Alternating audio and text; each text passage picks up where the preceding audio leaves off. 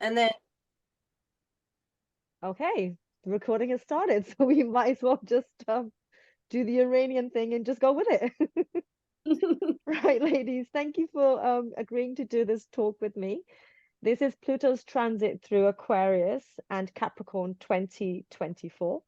I'm Rav Chahal, and I'm joined by my fellow evolutionary astrologers, Jordyn Smith and Stacie Pazura.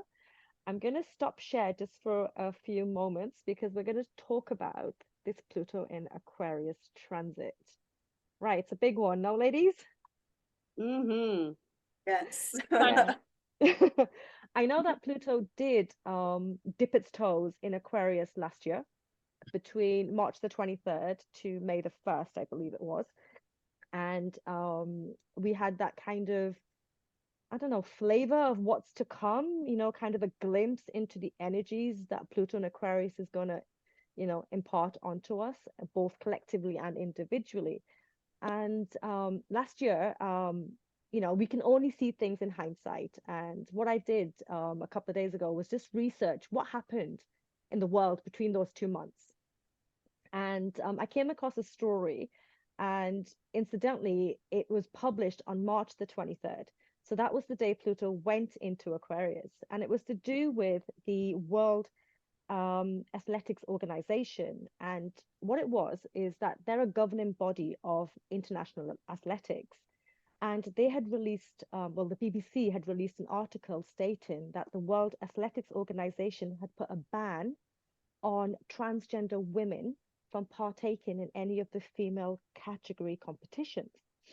And they stated that it was actually to do with fairness of competition, taking into account the physical performance that the male body has, and they wanted to be fair in terms of anyone that was competing in that category. They actually went on to say that they were going to create a working group that were going to look into the whole transgender inclusion policy to do with the athletics. And that was going to take 1 year for them to come up with the report, the analysis behind what they were going to propose going forward. So they weren't saying no forever, but it was just a hang on a minute, this is different. This is something we're not used to.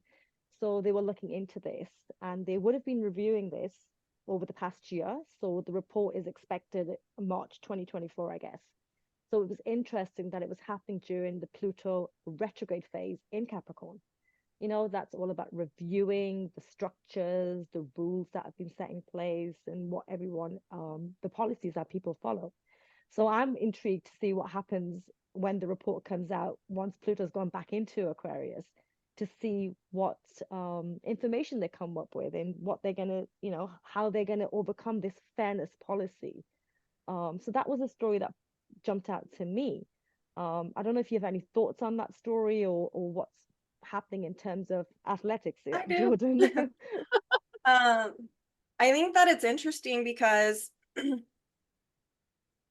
well, I mean, I've been vocal, and my kiddo has given me permission. I have a non-binary kid, and then I have a lot of trans people in my life, whether they were AFAB or AMAB, so assigned female at birth or assigned male at birth. And all of them have a really strong Aquarius Leo dynamic going on in their chart, because it's really about this liberation from social constructs of gender assignments, gender roles, all things to do with anything Capricorn that puts you in a structure that just doesn't really feel like yourself. I mean, even if you think about trans people, they tend to come in feeling like this body, this structure doesn't fit with who they are. And especially, this is who I am, just because I either have a penis or a vagina. And then we can also see this implicitly with intersex individuals as well. Mm. But the thing that I found interesting about that review is I'm glad to hear that they're wanting to look at the science. Mm. I'm not a doctor, obviously, but what I have heard from my friends who are trans is I have a friend, and she when she started transitioning, she was actually in the military, and all of a sudden doing hormone growth, or hormone growth therapy, HRT, she all of a sudden couldn't do the things physically that she once was able to do. Her testosterone levels had actually dropped below many people who are assigned female at birth. And so that was one of her things she was talking about, is like, I can't do some of these things now. And then it opened a dialogue about how she felt like there is fairness in sports, because I, like, look at me, like I have no muscle mass anymore. Like it went away. And so I think it'll be really interesting to hear what the science is behind that. And she's not the only person who's talked about this with me. There have been other trans women in my life who have talked about how their testosterone is even lower than the average females. So Yeah. Yeah.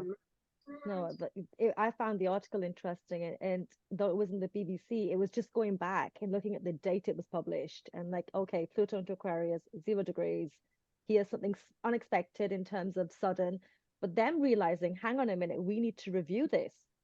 If going forward there is change that we need to embrace, and to impart equality between individuals, we need to look at this policy, because if the transgender women want to partake in the female category, they're going to have to match that same level of strength, you know. So let's, that'll be interesting, and maybe we could do a talk when that report gets published, and see what they come up with. But yeah, Stacie, Sure. any stories that jumped out for you in terms of Pluto in Aquarius last year? There's a lot of stories. Yeah. But just kind of picking up on the transgender issue and movement. Mm, I mean, this is so perfectly Pluto in Aquarius, because here we are, it's like this is a new social phenomena. This is not something that was, I mean, it's always existed, but it hasn't been anywhere near the mainstream. And mm, so it's a time for us to take into account this different form of individuality, this different orientation to individuality. And, so it's going to require new ideas. How do you integrate, into an existing system? And, you know, um, changes to tradition can be threatening for some. And we see that in a lot of the people who are hurling the grenades at the transgender movement, because it's not understood. And so this is definitely a process that will be front and center, I think. yeah. absolutely. And it's what the key word you just said is, they don't understand it. And it's that security element that, Aquarius is, all about freedom from the known. And it's, if you are uncomfortable with something, anything out there, it's about educating yourself about, why this is happening, and why certain individuals choose to be the way they want to be. And it's very much to do with that authenticity, which is Aquarius. It's about individualization and needing, it's that truth. They're following their core essential truth. And this Mhm. Pluto and Aquarius transit that's coming up, and we're going to talk about it for the rest of the 2024, is very much about embracing that authenticity and not being scared. I think that's the key word, not to fear the change, but to kind of have the strength to move forward with the change, and just to embrace that energy. And it's going to be different. Uranus is different. It's unexpected, sudden, different. But that's where the excitement can also be. And that's how people, I feel, should be embracing this change that's coming up for all of us. Indeed. Yeah.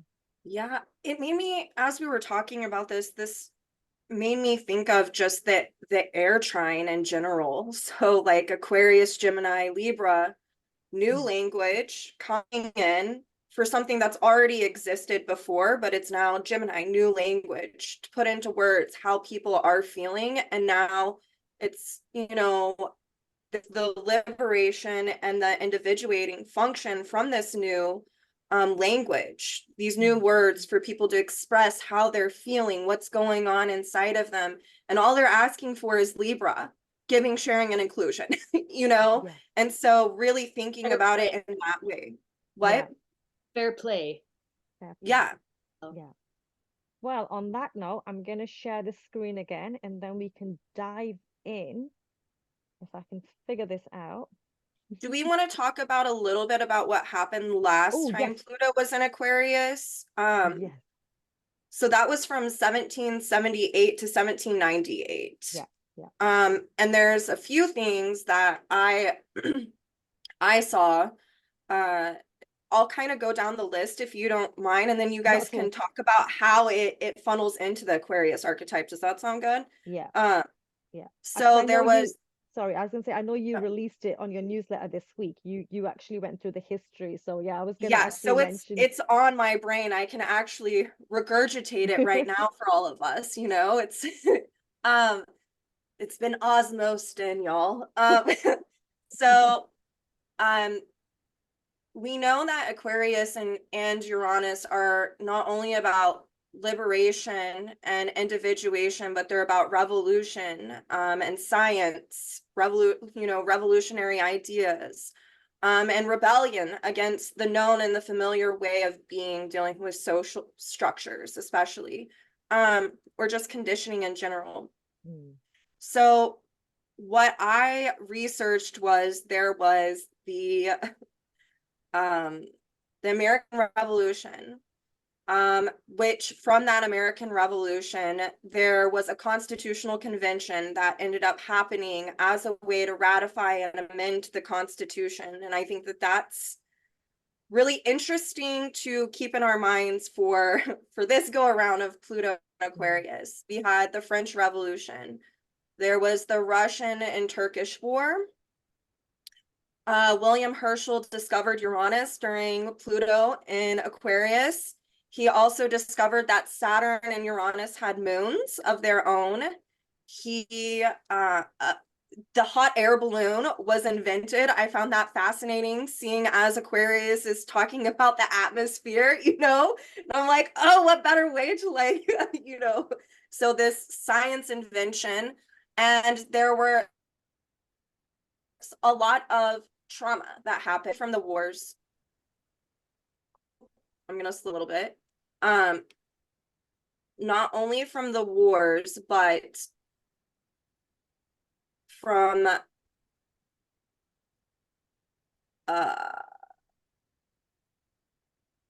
hold on, can you guys hear me well? I'm gonna Yeah. slow down before I change my internet. Okay. But there was earthquakes, massive earthquakes, right? Which is very Uranian. Oklahoma just had a cluster of earthquakes last week, by the way, on one of our fault lines, 4.7 magnitude, which I found interesting. But these earthquakes in Japan, one was even in New Jersey on the East Coast, which was like unheard of. But a lot of them, what happened afterwards in like true Uranian fashion, it's like the jackhammer that comes and you don't know how it's going to affect things later on. And so famine ended up happening. And the list really goes on and on and on and on. The first Bank of America was founded. The Treasury was founded, the American Treasury. So all of these things dealing with banking, everything. But I wanted to list that, and I'll let you guys kind of speak to those archetypes while I fix this internet. Well, you talk about William Herschel finding Uranus, and I found it interesting where he was just, watching the night sky through his telescope, and he was like, "What's this star orbiting the sun here? Like, what is this star?" So it was unexpected, sudden, and it's kind of Uranus saying, "Hi, I'm here," you know. And no, Saturn isn't the end of your solar system. Well, at that point would have been I am, before Pluto came on, Pluto entered the scene in the 1930s.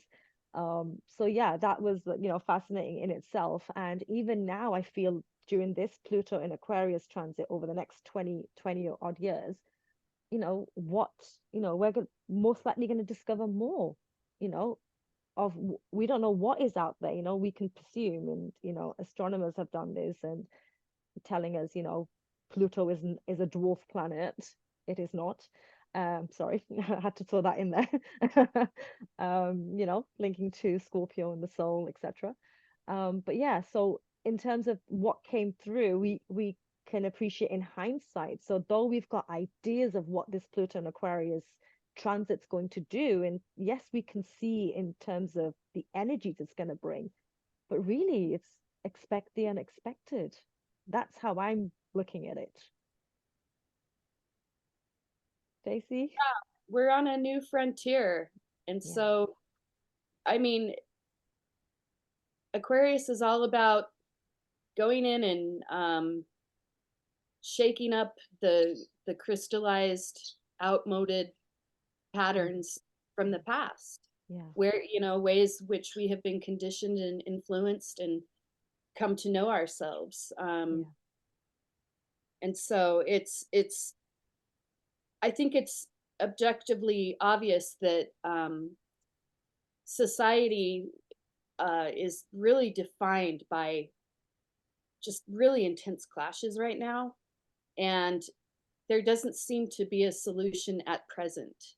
What we're going to need to do is we're going to need to evolve. We're going to need to reevaluate our values, our beliefs, our, survival needs, all of these things, and learn how to integrate as a whole. Yeah. Yeah. On that note, that's perfect, because I feel that the first slide, which is Pluto moving into Aquarius on the 20th or 21st, very early in the morning, depending on where you are in the world, is exactly what you've just mentioned, Stacie. It's, if you look at that chart straight away from me, what essentially jumped out was that Pluto conjunct the sun, though it's in a balsamic phase, because we're using the sun as the base point, being, the center of our galaxy and our the way we look at the world. It's very much about how, though it's Aquarius, liberation from the known and freedom, it's also about closing of old ways and systems that no longer serve the future, or our future, Earth's future. Yeah, so I don't know what you guys would think of that conjunction of the Pluto and the sun. Well, to me, it really just kind of double emphasizes the need which you encounter in Aquarius, where you must find a way to integrate your unique individual purpose within a relevant social context. Yeah. So, Yes. bottom Yeah. line. Yes, and if you look at that ruler, is Uranus retrograde at this point in Taurus. And I believe it's a week later that it goes direct for the next few months. But the fact that it's retrograde during the transition again of Pluto into Aquarius is you're reviewing what you value, where you've placed your value system. Is it to do with protection of our planet? Let's put it that way, in terms of the collectiveness that we're here as humanity. We are one collective consciousness. Or are we looking at it from and the only word I can think of right now is selfish, greed. This is all to do with me. So where have you placed your value system? This is how I looked at this. And I was speaking to Jordyn earlier, saying all the charts that we're going to look at, there's intensity, but intensity has the potential for good. Everything is but a choice. We have a choice, like you said.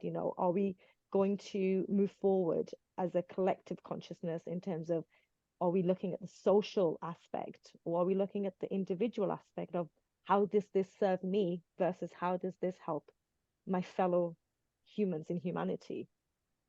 Yeah. Jordyn, Yeah. anything jump out for you on this chart? Well, I think that it's interesting that, Venus and Sagittarius is the ruler of this Uranus, and Venus and Jupiter are in mutual reception.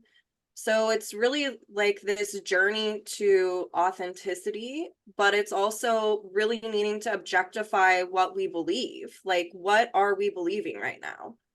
Yeah. Especially about the land that we live on, Taurus, like what is going on here? Are these rooted in more natural and universal principles and laws, or is this rooted in more man-made law? And the need to liberate from anything that is creating trauma on the land that we live. Taurus, if we're looking at, you know, the ecosystem and global warming and these types of issues that are coming up. So it's also, I think, on personal levels, the need to really objectify how we talk to ourselves and the beliefs that we have bought into that keep us from living authentically. So there's a lot with the Pluto Sun conjunction that can be illuminated regarding what it is we're supposed to be objectifying and liberating from in order to transform our relationship to self right now and to the land. But yeah, that Venus, look at it, it's 27 degrees Sagittarius. Isn't that the galactic center of Earth? Isn't that 27 or 27, 28 degrees Sagittarius? So that's just Yes. re-emphasizing your point in terms of the planet Earth. You know, are we protecting it, or are we actually doing more damage? You know, doing more negative than positive. Yeah. Yeah. And it's interesting because, like, if you see the south node of Uranus is there at 16 degrees Sagittarius, and this chart is for Greenwich, England. Yeah. So this is, we can go by the houses in this chart.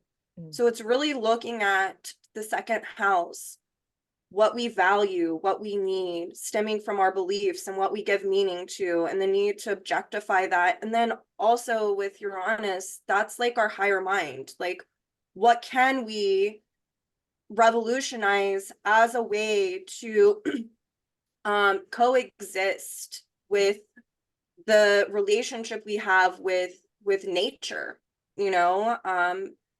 And Venus also rules that south node in Libra. So it's like we're seeing extremes right now play out in the world. Hopefully to come in with the Uranian jackhammer and wake us up, you know? Fingers crossed. And I think that, I mean, another important facet of these symbols is how our lifestyles are needing to be innovated relative to the science and the new awareness that we're gaining all the time and the impact that it has on the whole. You know, Uranus is like, Jeffrey Wolf Green characterized it as like a pie, and you have a lot of ingredients, and part of the Uranian process is learning how to alter or eliminate certain ingredients in order to make it work.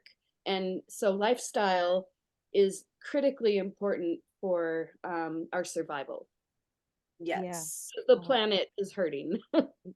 Well, if you look at the fourth house cusp, at the fourth house Cancer being home, it is being ruled by Aquarius.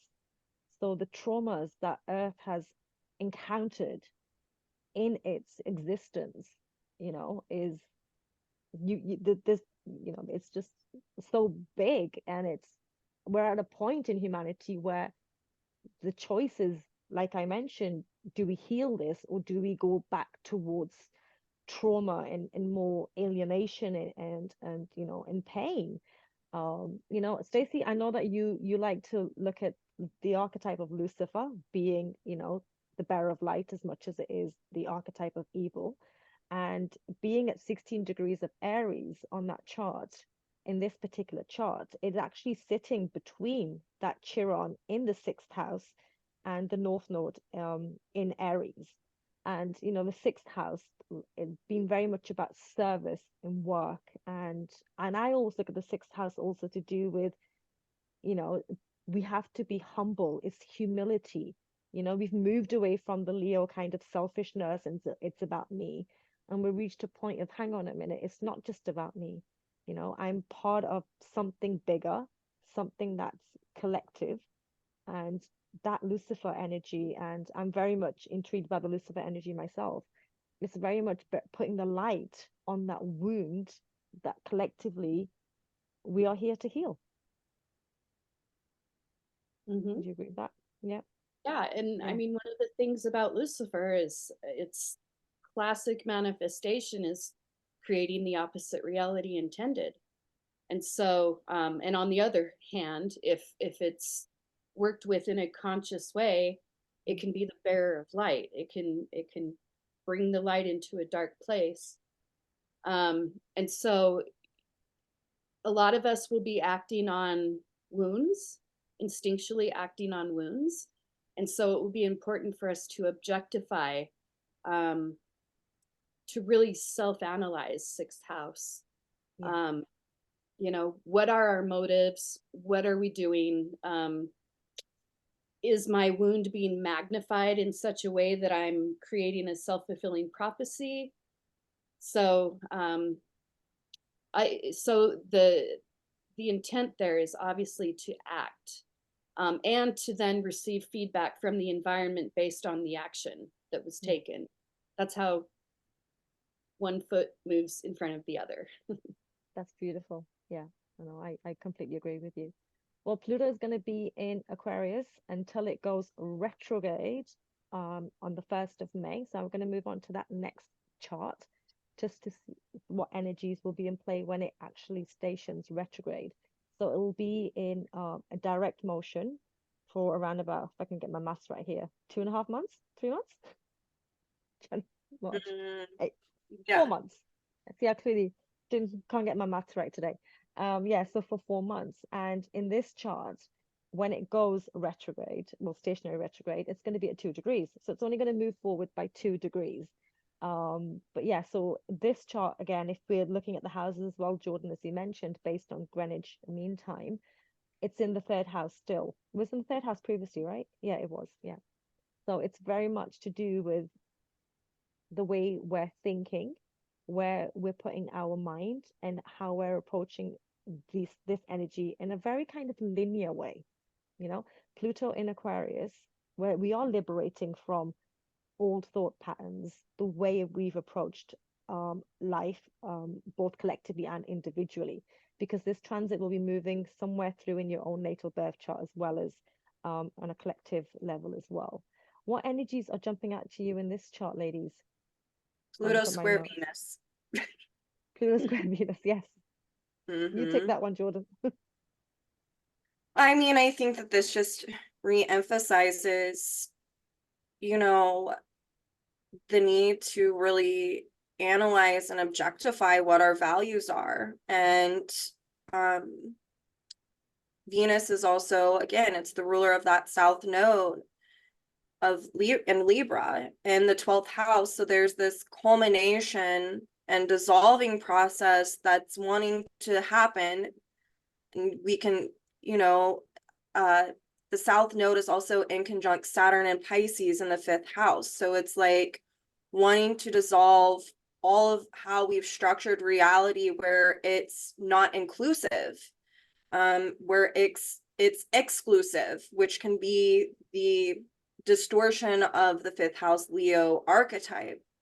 And Venus squaring Pluto, and Venus being in the 7th house, this is like, what do we have to do in order to create more balance and harmony, by understanding what new values we need to put in place? What do we need to implement in order to do this? It's also, you know, so often we don't talk about how the natural yod between Taurus, Libra, and Pisces, that's, yes, it can be our personal relationships, but when I'm looking at these charts, it's really emphasized that this is our relationship with Earth. Like, what are we doing here? Like, how is this, how are our values affecting how we utilize natural resources, Taurus? You know, is this rooted in a relationship where there's reciprocity with Earth, or are we just taking? And so there's this need to really objectify these dynamics as a way to have a liberation process that can then spark innovation, you know, Aquarius. So that's how I'm seeing this. And then obviously all of the 6th house stuff is, what are the practical things that we can do to start this process? So yeah. Yeah. Another No. thing that I kind of read from that Pluto squaring Venus is the process that happens in Aquarius as you are in the individuation process. You will receive feedback from the environment to help you to induce self-examination. Mm. What needs to change within me? And this is one of the strengths of Pluto in Aquarius, is that um sorry, it flew out of my brain. um this happens all Aquarius. the time. Um but basically it's very common to feel a sense of, I don't belong here, I don't belong here, I don't belong there. Um and just really having an intense focus on oneself and where one fits in. Are Mm. you afraid of being different, or are you comfortable with it? Are you going to go with it, or are you going to resist? Which is going to create a lot of tension there, as Yeah. seen in Square. Mm-hmm. Yeah, but that's also, I feel, mirrored between the disseminating square between Pluto and the sun. You know, it's that period where you are figuring out what what am I projecting onto others and what are they projecting back onto me?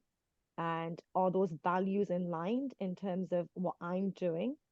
You know, because it's not always, you know, often it's we're quick to blame others. You know, this person made me do this, or this person's reflecting this back onto me. But it's standing back and objectifying and asking yourself, why have I attracted this? Aquarius, you know, Uranus is all about the vibration. It's energy that we attract. So it's a time period of, you know, retrograde is about review. You're reprocessing, reviewing, repeating dynamics that we need to release in order to move forward. And this retrograde phase in Pluto in Aquarius will last until October. So those next few months, it will be very much about what am I giving out, that if I'm not happy with this, what do I need to change within me that I vibrationally start attracting, you know, the right tribe, you know, the right people around me, and the right kind of, even the work that you're doing. The sixth house is emphasized here. Maybe it's you're looking at, am I helping humanity, or am I, or is this all self-interest? You know, I am very much putting on my Saturn hat today, you know, talking about taking self-responsibility, self-mastery. You know, Saturn, incidentally, Saturn is in Pisces. Um, and it was actually, I'm not sure if it's making an aspect in this particular chart, but Saturn in Pisces, I feel this transit for everybody's been very much about understanding that we're souls having a human experience, not the other way around. You know, we've that sextile between Neptune and Pluto, I feel, is re-emphasizing that. You know, look at the soul journey we are on collectively, first and foremost, then bring in the physical human desires and needs, etc., that come into play. And of course, this will all have a karmic backstop to our own individual journeys. You know, we can't take that away. But the fact that we're all on Earth at this particular time during this transit, which hasn't happened in what, 248 years? Is that how long it takes for Pluto to go back around into from Aquarius back to Mm-hmm. Aquarius? There's a big, you know, we are actually part of something big, and it's taking that responsibility and, you know, moving forward with it with strength, and knowing that your tribe does join you. You just have to take that step, and it's what you mentioned, Stacie, that one step at a time. You know, do good and good comes back, and that's the way I'm seeing this retrograde phase for the next few months playing out for all of us. The one thing I do want to talk about that kind of segues on what all of us are speaking about is that this is right after the Jupiter Uranus conjunction, and Jupiter's now in a new phase. Mm. And so really being able, Jupiter so much can represent our authentic nature. And so it's in Taurus. So it's like, how do you, part of this changing your inner vibration to call in your own tribe is about really viewing yourself as an equal, right? Not less than, not better than, and just walking authentically no matter what. And that will help this Uranian vibration. And then Rav, Saturn is in a full phase in conjunct to that south node. Right. So it's about how do we work with humanity right now, you know, in an inclusive way. How do we look at how we've structured our reality around our ideals, the things that society has told us, you know? Yeah. And really having this dissolving process to the new. If you look at Neptune, it's in that sixth house. And the sixth house is a transitionary house. And so it's like really wanting to implement new ways of introducing not just new values, but new structures within society so that we can help, you know, and that takes each one of us doing our own individual work. Yeah, no, that's I agree with you there. I always also look at the sixth house, and you know my chart, ladies. I'm a very strong Virgo, and also I see it as releasing the guilt of maybe something we haven't done in the past, you know, because that can be embedded within the subconscious. You know, Uranus, Aquarius being that subconscious memories that we have. So sometimes we don't even know why we're feeling this emotion and, you know, a guilt. And but being able to objectify and know that you're doing your best and you are aiming to help to move forward the energies, etc. I feel that intention is a big thing, you know, and it's about the present rather than what's gone on in the past. We're trying to evolve that forwards now. And the best way to do that, like I will forever regurgitate these words of Jeffrey Wolf Green because I have a lot of Virgo as well. And I grew up in a very religious family, yada, yada, yada, all the Virgo Pisces things. But I remember whenever I first started watching the correspondent videos and JWG went into this sixth house Virgo archetype, and I had just this complete evolutionary leap based on one thing that he spoke to about this, which was asking yourself whether or not the guilt that you feel is conditioned or natural. And that was a huge tool for me to put in my little Capricornian briefcase, you know, that I have, because so much of the guilt that I have felt and the shame and the judgment that has stemmed from it has stemmed from conditioning. So in my relationships, I would then go on and I would hold a boundary, right? This is kind of pulling in some of my own charts, but it speaks beautifully to this chart actually because of the seventh house dynamic of saying no. And as a woman, feeling guilty about saying no to something, right? Because I was taught and conditioned that that's not, you need to be what someone else wants you to be. So there was this self-abandonment thing. And so me looking at and internalizing, well, should I really be feeling guilty here? And realizing that no, I shouldn't. Like, and it was just this big sigh of relief for my soul. And it helps jettison that unnatural conditioned guilt out. And we can see with the Uranus there ruled by that Venus pulling in this sixth house kind of stuff, that this is something that we can really transform within ourselves by simply objectifying that feeling whenever it comes up, and then asking ourselves, is this a natural guilt, meaning that I actually should feel guilty, like I harmed someone, or am I feeling guilty because I've been conditioned to feel this way for having a boundary, right? Seventh house. So really, what? Learned guilt.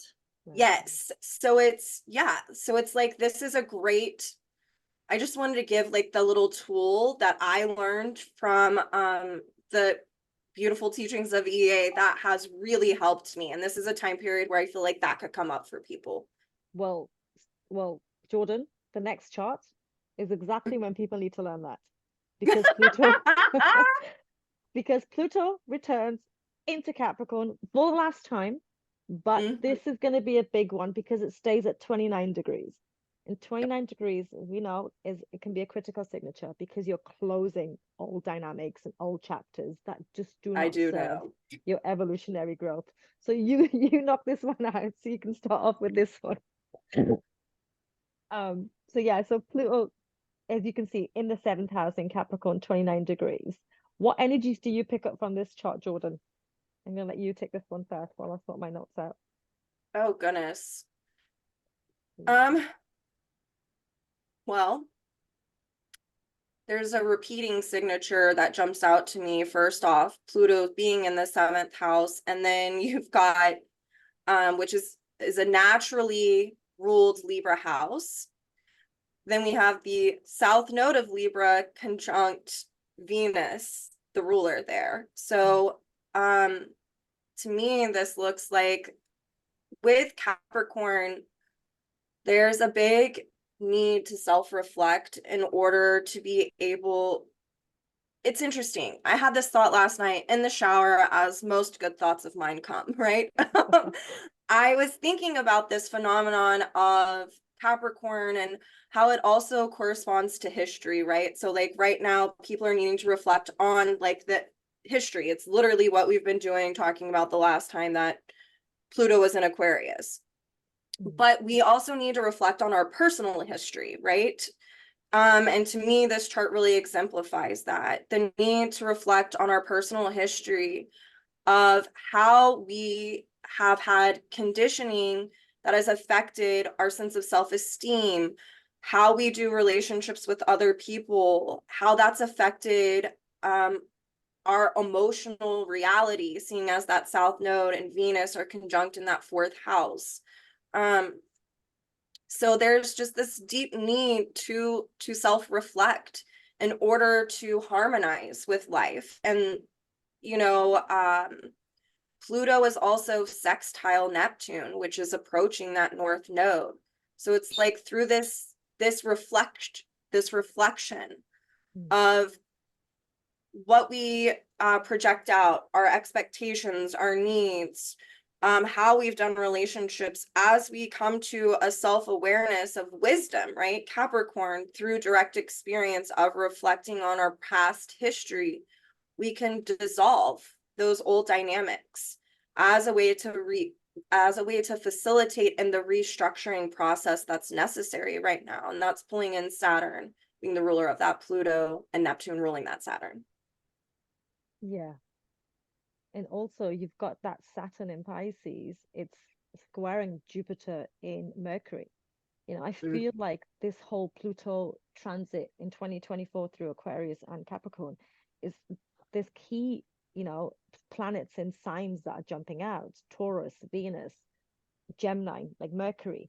And it's very much linking back to how we're projecting our thoughts, how we're projecting and thinking about what our reality is. And I guess it's getting real. It's like time to get real. Life, or in terms of Earth, this journey, something needs to shift. And the only ones that can make this shift is first and foremost us individually. Then it's about coming together collectively. And that's how I'm seeing that, especially with Saturn in Pisces being in that 10th house. And, Saturn, again, ruler of Capricorn, but, responsibility. And it's work that needs to be done so the rest of the world can see. It's to like to put a spotlight. And it's not, in though we will be doing the work individually, internally in our own lives, but then realizing that it's going to have an effect on the external environment as well. And so that's how I'm seeing the Pluto retrograde in Capricorn for the final time is very much about, have you deconditioned? Have you, are you actually stepping away from structures that don't work? And it could be as simple as, your day job. Saturn Pluto and Capricorn is very much about the work we do. Is it about, I want status, I want people to see what big house I have, what kind of car I drive? Is it all about accumulating? Or are you simplifying, Uranus and Taurus, and it's stationary before it goes retrograde, in this chart? Are you simplifying in order to live a life of quality, where there's quality over quantity? Is very much what I'm also seeing in this particular retrograde phase. Once it goes back into Capricorn, about Yeah. take the responsibility, make those choices that reflect who you are authentically now. And there's no disrespect, your goal may have been to be the director of your company and go on 5 holidays a year, and that's fine. I'm not judging that, but that may have shifted. And are you authentically following that path now, or rather than just trying to keep up with the status quo? Do you know what I mean? I do. And it's the other thing, as you were talking, that jumped out is that Mercury rules that Jupiter, that Mars, but it also rules the sun, and it's in mutual reception with the sun. And so going back to everything we've been talking about, this chart, to me, you hit the nail on the head with simplification, right? I think that this is a time period where one of the things that could get us to start reflecting even more, one, it could be an external crisis, Virgo, right?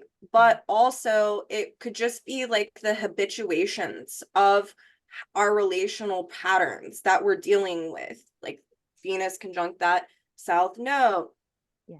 Virgo, so much about kind of reliving habituations, because it's really wanting to be purged from the soul's consciousness. And so it's about taking the practical steps, and that the values and the effort, and this is a way that we're supposed to be self-actualizing at this moment in time, is that's also in the 3rd house, that sun is. So it's like taking in new information as a way to implement step by step, as a way to continue and facilitate this purging and purifying process of what really is no longer resonating within us at all, whether that be work, which is a relationship, right? Like you have a relationship with your work. So, and that's something that I like talking about with the Libra archetype, because I think a lot of people have this misconception that it's like Libra, romance, your romantic relationships. Is like, no, it can be any one-on-one personal relationship. It can be our relationship with the earth. It can be our relationship with work. It can be all of these kind of things. So this doesn't, this is more of a broader view of things that could come up that we're really wanting to exhaust, seeing as that sun is in Virgo. Yeah, totally. Hey Stacie, I saw you had a Uranus experience just there. Took you offline. What's that? I saw you disappear for 2 minutes. I'm like, there's Oh. Uranus in play there. Indeed, yes. Yeah, any insights in this chart, Stacie, that you feel? I was going to mention that Lucifer in this particular chart is at let me get it right, 5 degrees Cancer. Is that correct? I've got conjunct Mars. Let's see, I don't have it. Oh, I do have it. Yes, 5 degrees Cancer. So that will be moving through the 12th house. I don't think it has. Oh, it will be squaring that Venus. So that energy of values, and like you said, Jordyn, the relationships that you've formed, that maybe you've placed your security on, I need this job. And like you said, it can be, I need this job because I like the people I work with. It could just be as simple as that. You have your own little tribe at work, and we do form emotional connections with other people that we connect with. And I feel that Lucifer in Cancer in the 12th house could be emphasizing where we maybe, I'm going to use the word, where we've deluded ourselves, in terms of the relationships that we've built. And the light, the light aspect, the bearer of light, is that the key relationship we're meant to have as spiritual beings is with source. You know, that's the only element, the only place that we will feel essentially secure, is building that relationship with source rather than anything outside of ourselves, anything external. Don't know if you wanted to add anything else onto that. Another way that Lucifer could manifest, I mean, one of its traps is to magnify negative emotion. And so being in Cancer in the 12th, there's going to be a lot of diffuse emotions. There might be confusion about one's self-image relative to their place in society. And with the moon being in Leo, I think it kind of points to a need to guard against an emotional orientation of self-importance, which we can all sneak into. You know, no one's above it. All you can do is work as hard as you can and objectify the things that you're feeling. Yeah. So, yeah. I have a thought off of what you said too, Stacie, because gosh, I 100% agree with that. Like, it's also Lucifer and Cancer and the 12th could be, like you said, it kind of like it's emotional traps. I think because Lucifer is also square Venus in this chart, that there could be this feeling for some people of facing an inner void, especially if a relationship is coming to a close, right? Venus approaching that south node in the 4th house, and it bringing up a huge sense of insecurity and the need to face the void, the internal void.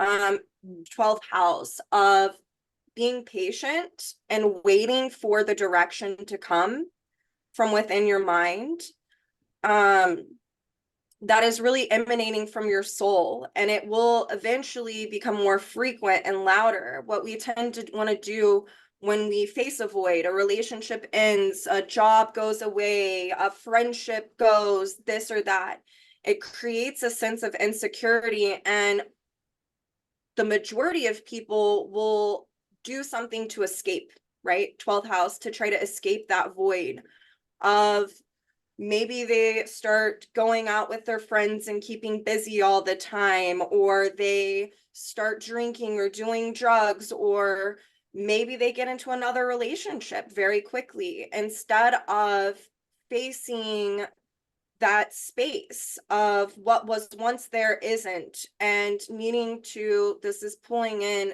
the natural square between Capricorn and the polarity of Capricorn of this is needing to reflect on what just happened as a way to gain wisdom and insight from that experience. And that helps to face that void instead of getting thrown into these kind of traps of non-self-reflection and going to the next thing, you know, like, Yeah. so I felt like that could be something that could come up as well. Yeah. Also dissolving dependencies, you know, and the whole pedestal phenomena, that'll be important to examine and Yes. be aware of. No, Yes. yeah, totally agree with you ladies there.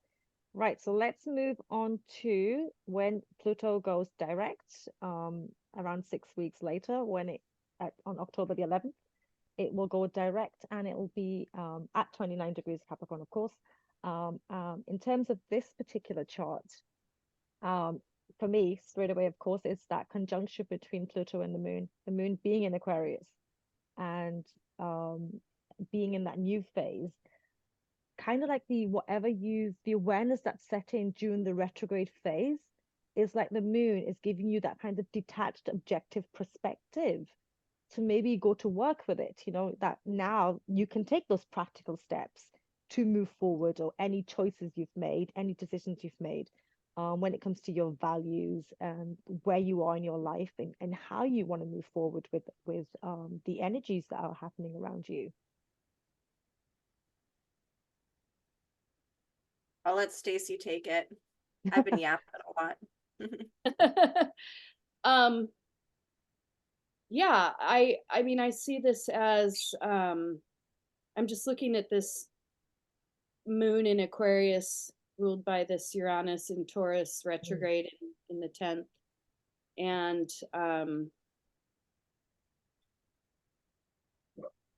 it's really, I mean, we have to remember Aquarius is all about innovating the self. And it doesn't come with automatic security. I mean, we all have different temperaments. Some people can be really motivated for change, and some people can resist it. And so with Uranus being retrograde, it's forcing us to examine ourselves, and it's an introverted type energy. Getting clear on who we are, what our values are. It's also, I mean, one of the pitfalls of Aquarius can be that we can associate with groups and then become an extension of the group as far as our values and beliefs. That's something that we will need to guard against. This is, Pluto is going direct, and so it's time to, get rid of that, liberate from that. So I don't know. Yeah. No, I agree with you, because if you look at Pluto opposing Mars in this chart, and it's in that giver's phase, it's about throwing off those emotional dynamics. And it's like you said, are you an extension of the people that you're surrounded with? Are you just following their way because it, one, feels secure. Second, that you don't want to be alone. Being alone, it's not a great feeling, but do you have that security and that kind of strength within yourself, Pluto and Capricorn, to be that one group energy for now, and then having that belief and knowing that the tribe will come, the right people will join, and you'll meet those connections. And I feel that's the Pluto opposition to Mars is very much the Mars in in Cancer in the 12th house. Have faith, surrender, surrender to a higher picture and a higher vision, and the right people will come. Well, and I think it's also important to point out that some people who are going to be working with these dynamics within themselves, they may find that they don't have a sense of belonging with any kind of group. And so it could be a period of just accepting yourself as a group of one, and finding security in that, being a group of one, just committing to the individuation that the soul is wanting to have, and acting on it. I mean, what happens is if you don't act, it always ends up as dissatisfaction. And so the key, and this is Aquarius, it's future impulses. We want to be aware of the future impulses, even though we may not know where it's going to lead. The important point is committing to that process of self-discovery and finding out who you are and what you're about and what you can do for the benefit of the group, or of the whole, and just really having the courage to act. Is that Pluto? I saw it. I don't know if anyone's seen, but there's a yacht in here with Venus, Jupiter, and Chiron. And Venus is opposing Uranus. And so it just really emphasizes what you guys are saying. There's a need to look at what constitutes our sense of inner security, getting to the bottom, penetrating, exposing that, how it links up with our values, our needs. That's like the Venus function here. And then, if there's insecurity in group settings, like Jupiter, and Gemini in the 11th house, the need to really liberate from any type of dynamic where maybe you're appearing one way, like it's a dual nature type of thing. Maybe one way you're appearing one way, but it's not allowing your authenticity to shine through. And so it goes back to being that group of one if necessary. And that helps to create a commitment to your relationship to self that fortifies a sense of inner security when we show up for ourselves in that way, in the here and now, and living it out, even if it feels uncomfortable, right, at first. And then, you know, the need to throw off any type of dynamic on an internal level that is thwarting that, and using objectivity, and then just showing up and being present. Like, where changing the awareness around, maybe there's been a wound around how you believe about yourself that's creating a duality of where you feel like maybe you're overcompensating in social situations or something, and the need to, you know, self-improve in that area by just really, really committing. To me, especially this Venus and the fourth and Scorpio is like a commitment to self, right? Like, who are you? Who do you want to be in this world? Who do you want to show up collectively, like in the collective? And then having the courage to take that stance, even if you feel super uncomfortable, you know, and that helps to have an integration with that Uranus, Venus, but also helps to oppose any dynamic where maybe there's like some hypocrisy that's going on internally. Yeah. It's that Pluto in Capricorn in the sixth house, you know, it's that famous saying, which I absolutely love, and I know you guys too. The value is in the effort, you know, Mm-hmm. the value is in the effort. And I feel this direct Pluto chart, that's the key word for this chart, is the value is in the effort, you know, that intention that you put forward. And like you ladies have just said, you know, the collective tribe will connect. It's Mm-hmm. it's authentically true to yourself first and foremost, rather than others. But yeah, because we in this chart, before we move on to the next one, you've also got that Chiron. I made a note of this, is squaring that Pluto, in a crescent phase. So we are looking at the healing that's taking place, but also the wounding, you know. But knowing that wounding is leading to that healing, and it's about being devoted to not projecting your needs onto others. And you know, that self-work that needs to be done in the here and now, in the present moment.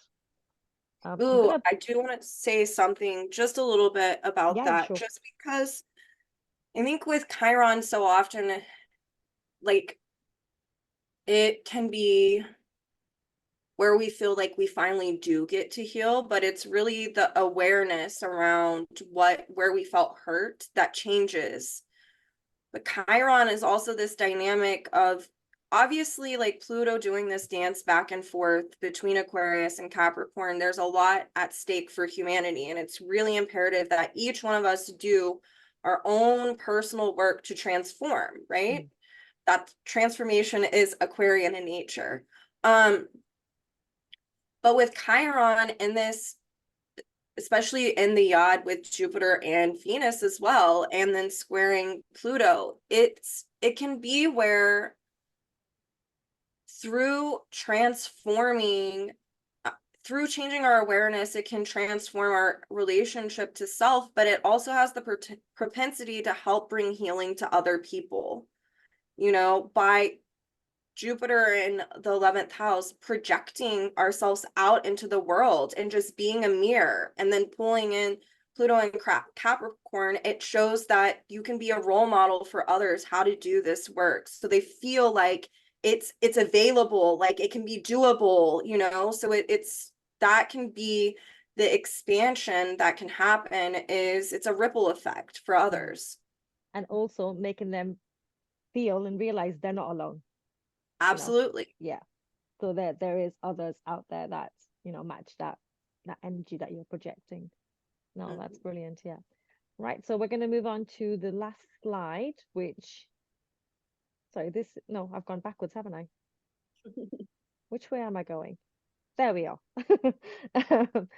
When Pluto re-enters Aquarius, you know, I just did something very unexpected and sudden. I wasn't expecting to do that. That's just the vibe of Aquarius here. Yeah, so in this chart, when it goes back into Aquarius at the 000 degrees, um, this is when it will stay in Aquarius for the next 20 years. I believe until 2044. I think Yep. it dips into Pisces, doesn't it? Before then it goes back for a little bit, as you know, the transit it's happened this year with Pluto and Aquarius and Capricorn. Yeah, so with this chart, straight away, it's that though it's a bit of an orb, it's the opposition with the moon in Cancer in a fall phase. For me, it just screamed throw off dynamics that don't work in your emotional core nature, that doesn't align to your spiritual path, to your soul path, and be the authentic self that you need to be. You know, liberate from the past, liberate from conditioned patterning that doesn't serve your soul journey, that doesn't actually also help humanity and Earth at the same time. Because ultimately, we've all got one goal, and that's to, you know, the ultimate goal is sharing, caring, and inclusion. That's how I literally saw this chart in terms of what it was screaming out to me. Any of your insights, ladies? I mean, on a collective level, we can see that this is really, really potent. Mm, Pluto is also opposing Mars yes. and Leo. And the Sun and Uranus are opposing each other.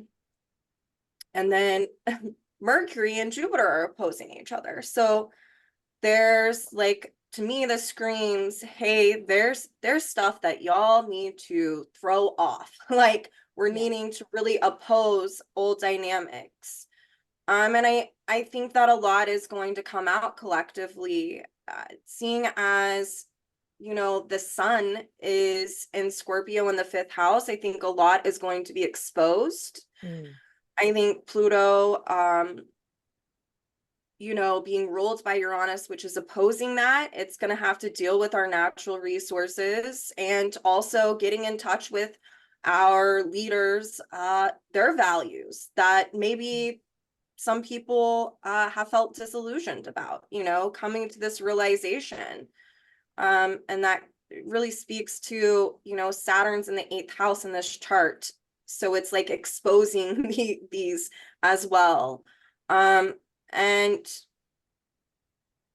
I think Pluto Mars opposition, me and Rav were kind of talking about it before we started this, but that can be really intense. But I think that the thing that we need to keep in mind is like Leo wants us to, this can speak for leaders, I think, war, being self-interest, you know, all of that, but and that getting exposed, seeing as that Mars is ruled by the sun, and it inducing collective trauma. But I also think that this has the propensity for us to come together as a community, and to be heart-centered and to come together through crisis. You know, that what better way to get a group of people to quit caring about frivolous things than a crisis, right?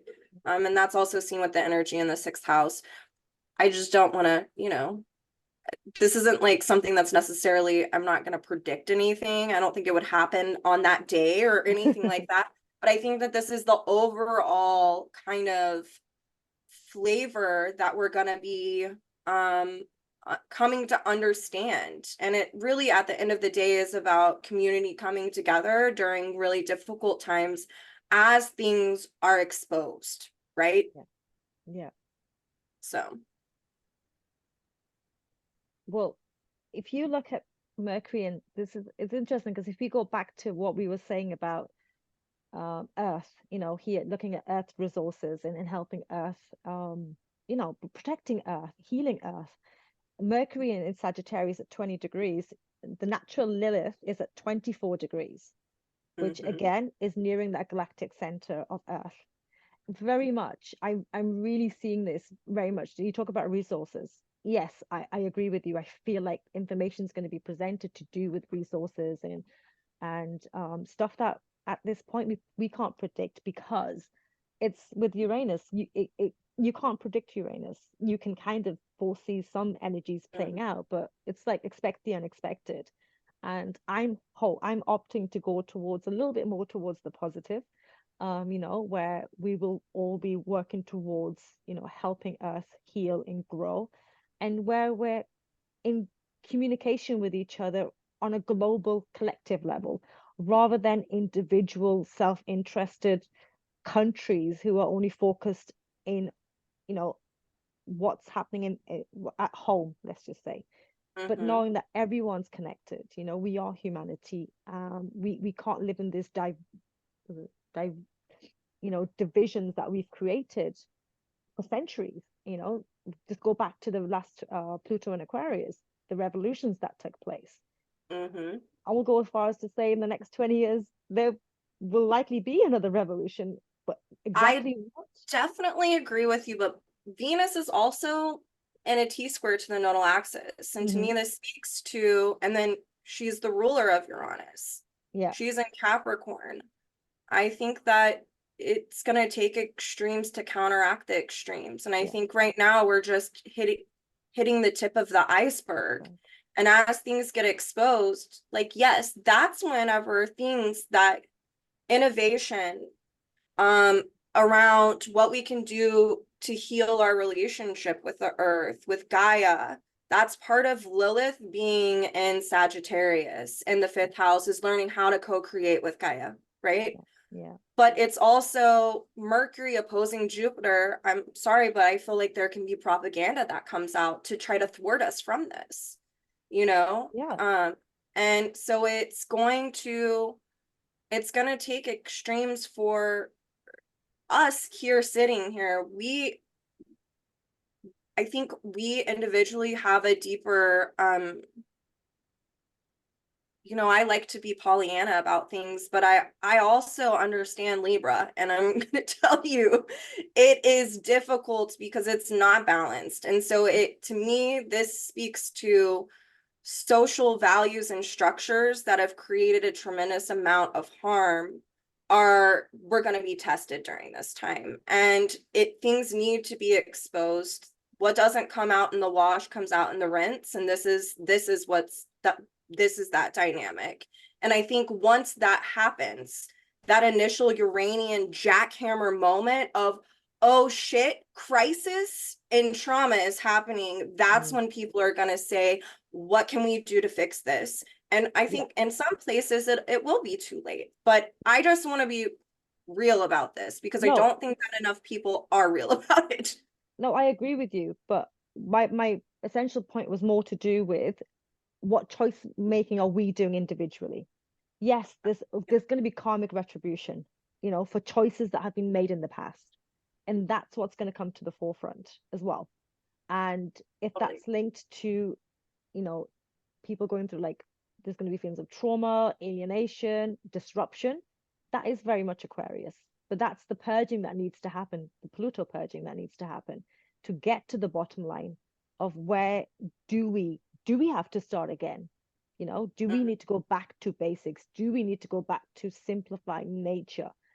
Mm-hmm. So that's the point that I was making. But I completely agree with you. And like I said, we really can't predict exactly what's going to happen, but we No. just know Pluto through Aquarius is going to liberate us collectively and individually. And it's having the knowledge and just being prepared for that. And, doing your bit, doing our bit individually and collectively will hopefully help, you know, the healing process, if I that's the right word definitely to use. think individual work is so important. I mean, I talk about it every week, but Mm. I also feel like with Pluto and Aquarius and Uranus in the 11th house of this chart, this is like, hey, now we all need to come together. Like it's really emphasized that it's great to do our individual work, but sometimes for a collective evolutionary leap to happen, that's like the collective has to come together. And then Yeah. the people who have been maybe doing more of their individual work, they then meet someone within that collective sphere that they're trying to help because of some, you know, dynamic that's brought in people together. So that's how people actually get to meet, and then they can start doing their own individual work in a way that maybe they didn't know was possible before, in an innovative way, just simply because someone new came into their life that mirrored it, but it's through a group setting, a collective group setting. And to me, this chart really speaks to the collective, meaning to group, you know, and that there might be divisions within these group that are even more highlighted, you know. That's just polarity, right? Which is how energies work. They will work with polarity. Yeah. Stacie, anything before we head towards closing? Anything to add? Yeah, when I look at this chart, I think what comes to me is that we need to be prepared that there are going to be social clashes. I mean, this is the archetype of Aquarius. You have subgroups within society, and sometimes these subgroups will try to control or eliminate the other, and it can just be kind of a big war. And with all these oppositions here, I think that's likely going to be a phenomena that we experience. And but the thing is that confrontation, which is what that would produce, is always geared towards inducing self-reflection. And in that self-reflection, we can understand like what changes need to occur in order to keep up with the evolving times, with a new future, with a new evolving future. We don't, I mean, things are in incredible tension right now socially, in terms of groupings. Like people can't agree, and you know, everyone wants to be right, and there's not a lot of compromise, like good old-fashioned Libra compromise, you know. So I would just caution us to be prepared for that dynamic and to try and work constructively with it. And you know that I like that what you just said, self-reflection. Very much the Pluto retrograde in Capricorn, that's going to be happening this year. And then when Pluto moves back into Aquarius, you know, how we move forward with that. And like you said, it is very much going to be about that coming together. Hopefully coming together. Yeah. Right, I'm gonna stop share the screen, and oops, why did I do that? I needed to actually show one more slide. Let me just do that quickly. It was this slide. Just highlighting our details. If anyone that's watching this video would like to reach out, you know, if you've got any questions or any comments for us, please feel free to message any one of us, and we'll be happy to connect with you. And before we close, earlier Jordyn was telling me about a particular deck of cards and where she picked out a card for, was it for today, Jordyn?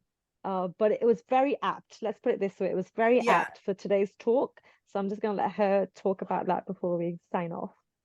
Okay. Well, first off, I'm going to show this deck of cards. Anyone who's a daemon, I think, should have it. I absolutely love it. It's called The Secret Language of Animals, and it's the Endangered Voices of Mother Earth. It's this deck. And it was last night, I pulled this card out because I was like, oh, I'm going to read it in the morning, but I want it here because I don't want to forget. And then as I read it, I was like, oh, this is so perfect for Pluto Aquarius, with the polarity being Leo. So the card that I pulled, which is the orangutan, is laughter, curiosity, patience, and play. And this is this little guy. And I'm going to read you just a little bit about what this says, because I think that we always want to go to the polarity to have an integration of what it is that we're, you know, things aren't supposed to be, like in psychology, we call it fragmented, black or white, wrong or right, this way, that way. It's you really look at the polarity to have a full integration. So the polarity of Pluto and Aquarius is Leo, and I feel like this just is perfect for it. So amidst the challenges that our world currently faces, there is a member of our tribe that brings a special gift that we must never forget. Found only in the tropical rainforest and Sumatra, His home has all but been taken, but what remains in this sagely patient and highly intelligent being is the divine gift of laughter. I am orangutan. Orangutan swings into your life with a clear and simple message to bring more play into your day amidst the serious stakes, high pressures, and apparent challenges that may at times circle your life. Orangutan brings the glorious ability to rise above tension and stress and gain a different view, a wider view from above, upside down, or from a different angle. Orangutan helps us step back, take a breath, and not take life or ourselves too seriously. There is power in the perspective that climbing above can bring, and being curious instead of critical, asking questions to find a solution instead of seeking to blame, and choosing to see and expect the very best in ourselves and others instead of the worst. Orangutan teaches us to smile and even laugh in the face of adversity and glide from branch to branch with grace and ease instead of clinging to the trunk and fearing a fall or worse. Trusting enough to play with life will awaken your inner strength and open new pathways where once a door seemed closed. So I thought it brought in the Aquarius and the Leo polarity. I was like, oh, yes. So that was and it beautiful. also it just reminds me that in Aquarius, the thing that prevents future growth is attachment. And so part of that process is learning how to detach, not to over identify with the old order of things. yes. And so, yeah, having that freedom. To swing from branch to branch instead of clinging to the trunk for attachment. That is beautiful. Thank you for that, Jordyn. That was very timely as well. Yeah, so on that note, thank you for listening to this conversation today, and thank you, ladies, for this wonderful dialogue as well. I've also learned so much about my own journey and where this transit's happening in my own chart, and I'm sure you ladies have too. Until next time, thank you. Take care. Bye.